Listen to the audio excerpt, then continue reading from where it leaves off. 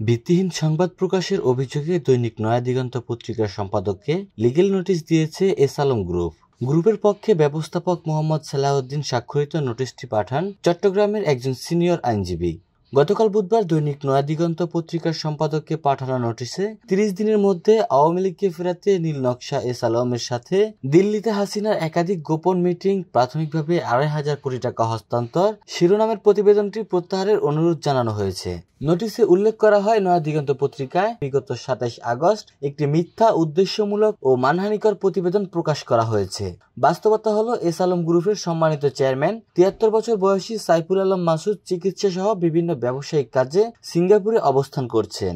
দেশের সব নিয়ম কানুন মেনে দেশে তার সুবিশাল ব্যবসা বাণিজ্য প্রাতিষ্ঠানিক নিয়মে পরিচালিত হচ্ছে। প্রতিবাদে বলা হয়েছে, নয়া দিগন্ত পত্রিকায় প্রকাশিত প্রতিবেদনে যেসব বক্তব্য দেওয়া হয়েছে তা কাল্পনিক। এস আলম গ্রুপের ব্যবসাকে ধ্বংসের মাধ্যমে প্রতিষ্ঠানে প্রত্যক্ষ ও পরোক্ষভাবে কর্মরত ২ লাখ লোককে কর্মহীন ও লক্ষ কোটি টাকার অধিক বিনিয়োগ ধ্বংস করে দেশের অর্থনীতির মেরুদণ্ড ধ্বংস করার অসৎ উদ্দেশ্যে এসব করা হয়েছে বলে গ্রুপটি মনে করে।